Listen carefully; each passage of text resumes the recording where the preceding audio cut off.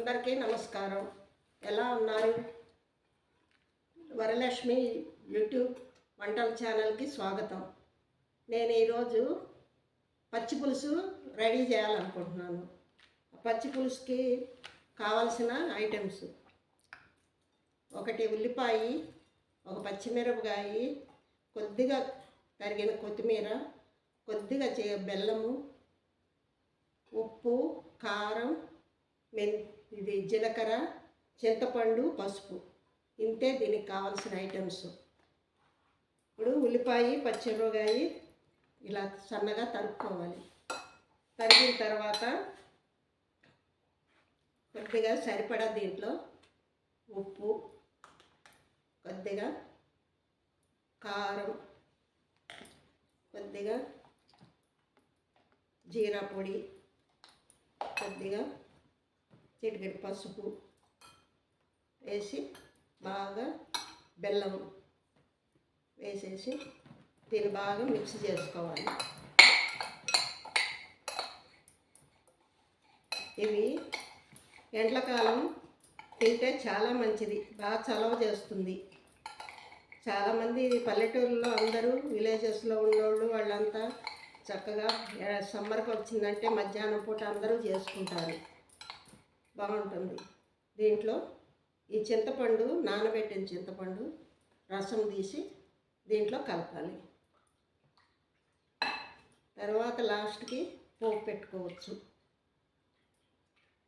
ఎవరైనా సరే ఈజీగా చేసుకునే కూర, అప్పుడప్పటికి చేసుకోవచ్చు. ఏమీ లేదనుకున్నప్పుడు ఇది చేసుకొని తినచ్చు. చాలా బాగుంటుంది. బెల్లం పడిద్ది, దీంట్లో కారం ఉంటుంది, ఉప్పు ఉంటుంది, చక్క ఉల్లిపాయలు ఉంటాయి పచ్చివి, చింతపండు గుజ్జు ఉంటుంది. అన్ని రకాల రుచులు ఉంటాయి దీంట్లో. టేస్ట్ ఉంటుంది తింటుంటే. పంటి కింద ఉల్లిపాయలు నలుగుతూ ఉంటాయి. వెనకట అమ్మమ్మలు, నాయనమ్మలు అందరూ ఇలాంటివి ఎక్కువ చేసుకునేవాళ్ళు సమ్మర్లో, సెలవు చేస్తుందని. ఇట్లా సరిపడా గుజ్జు తీసుకొని దీంట్లో కలుపుకోవాలి. ఏదైనా ఛానల్ చూసే వాళ్ళందరూ చూసి నాకు ఏదైనా కానీ కామెంట్స్ ఉంటే పెట్టండి. ఇదే ఫస్ట్ టైం చేయటం కాబట్టి ఏదైనా. ఇది అయిపోయింది. దీన్ని ఇలా తిప్పుకొని బాగా దీంట్లో కొత్తిమీర వేసుకోవాలి. మళ్ళీ పోపు పెట్టుకుందాం. ఇప్పుడు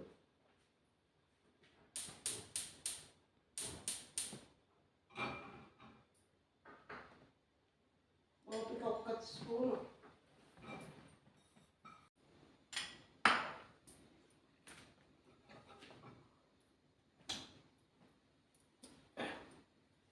పోపులో ఎక్కువ ఆయిల్ వేసుకోకూడదు, కొద్దిగా వేసుకొని పోపులో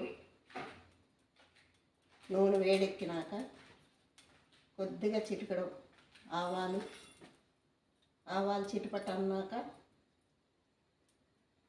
కొంచెం మినప్పప్పు,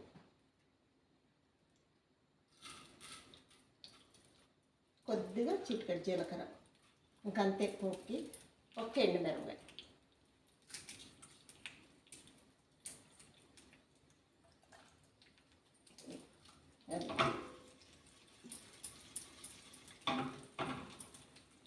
అది బాగా వేగిన తర్వాత దాంట్లో వేసేసుకో.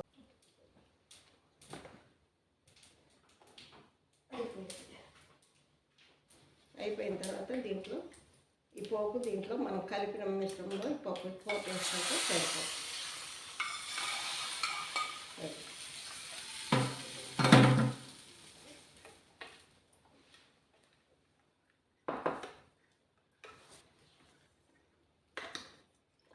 పచ్చి పులుసు రెడీ. నేను చేసింది మీకు నచ్చి మీరు తిన్న తర్వాత నాకు ఒక లైక్ ఇవ్వండి.